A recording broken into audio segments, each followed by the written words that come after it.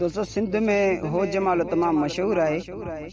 इन जी शुरुआत किथां का थी उन जी स्टोरी आऊं जे अॻियां शेयर कंदुसि।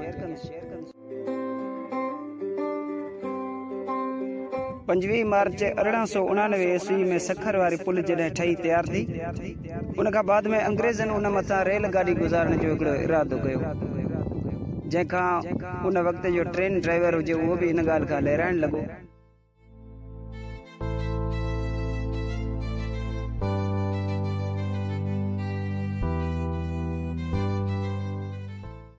पोइ जमाल नाले हिकु कैदी हुयो जेको अंग्रेज़नि जी जेल में बंदि थियल हुयो।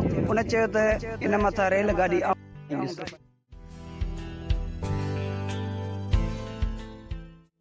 पोइ अंग्रेज़ सरकार हिन खे चयो त अगरि तूं इन मथां रेलगाड़ी तूं टुपाए वे त तोखे आज़ाद त कयो वेंदो, पर तोखे इनाम बि ॾिनो वेंदो।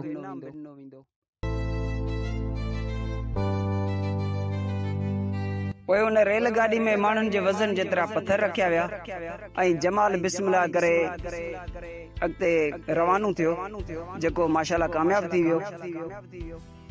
उन खां बाद में जेके जमाल जा जेके वेझा अज़ीज़ हुजनि, मिट माइट, उहे ख़ुशीअ मां नचण लॻा ऐं ॻाइण लॻा, मुंहिंजो खटी आयो ख़ैर सां हो जमालो। उन खां पोइ अॼु ताईं बि हू ॻायो वञे थो।